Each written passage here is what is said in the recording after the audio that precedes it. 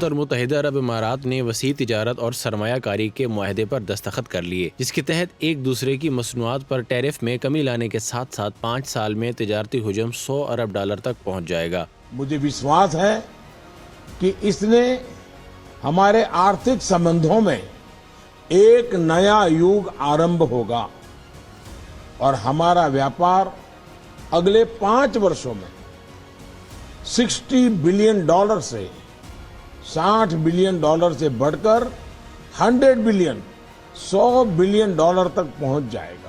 بھارتی وزیر اعظم کے دفتر کے مطابق کمپریہنسو اکنامک پارٹنرشپ ایگریمنٹ معاہدے سے اگلے 3 سے 5 برسوں میں 2 طرفہ سالانہ تیل کے علاوہ تجارتی حجم $60 ارب سے $100 ارب تک پہنچ جانے کی توقع ہے۔ مزید یہ کہ متحدہ عرب امارات اور بھارتی اشیاء پر 80% ٹیرف کم ہو جائے گا، جبکہ 10 برسوں میں تمام ٹیرف ختم کر دیے جائیں گے۔ تاہم معاہدے کی تفصیلات فوری طور پر جاری نہیں کی گئیں۔ واضح رہے کہ بھارت کشمیر اور بھارتی مسلمانوں کے ساتھ انسانیت سوز رویہ اپنائے ہوئے ہے اور متحدہ عرب امارات نے بھی یمنی مظلومین پر ظلم و ستم کے پہاڑ توڑ دیے ہیں۔ متحدہ عرب امارات نے کشمیری مظلومین پر مظالم ڈھانے کے اعزاز میں نریندر مودی کو اعزاز سے بھی نوازا ہے اور اب اتنی خطیر رقم کی سرمایہ کاری اور تجارت سے اسلام دشمن قوت کے ہاتھ مزید مضبوط کرنے کا عملی اقدام بھی کیا ہے۔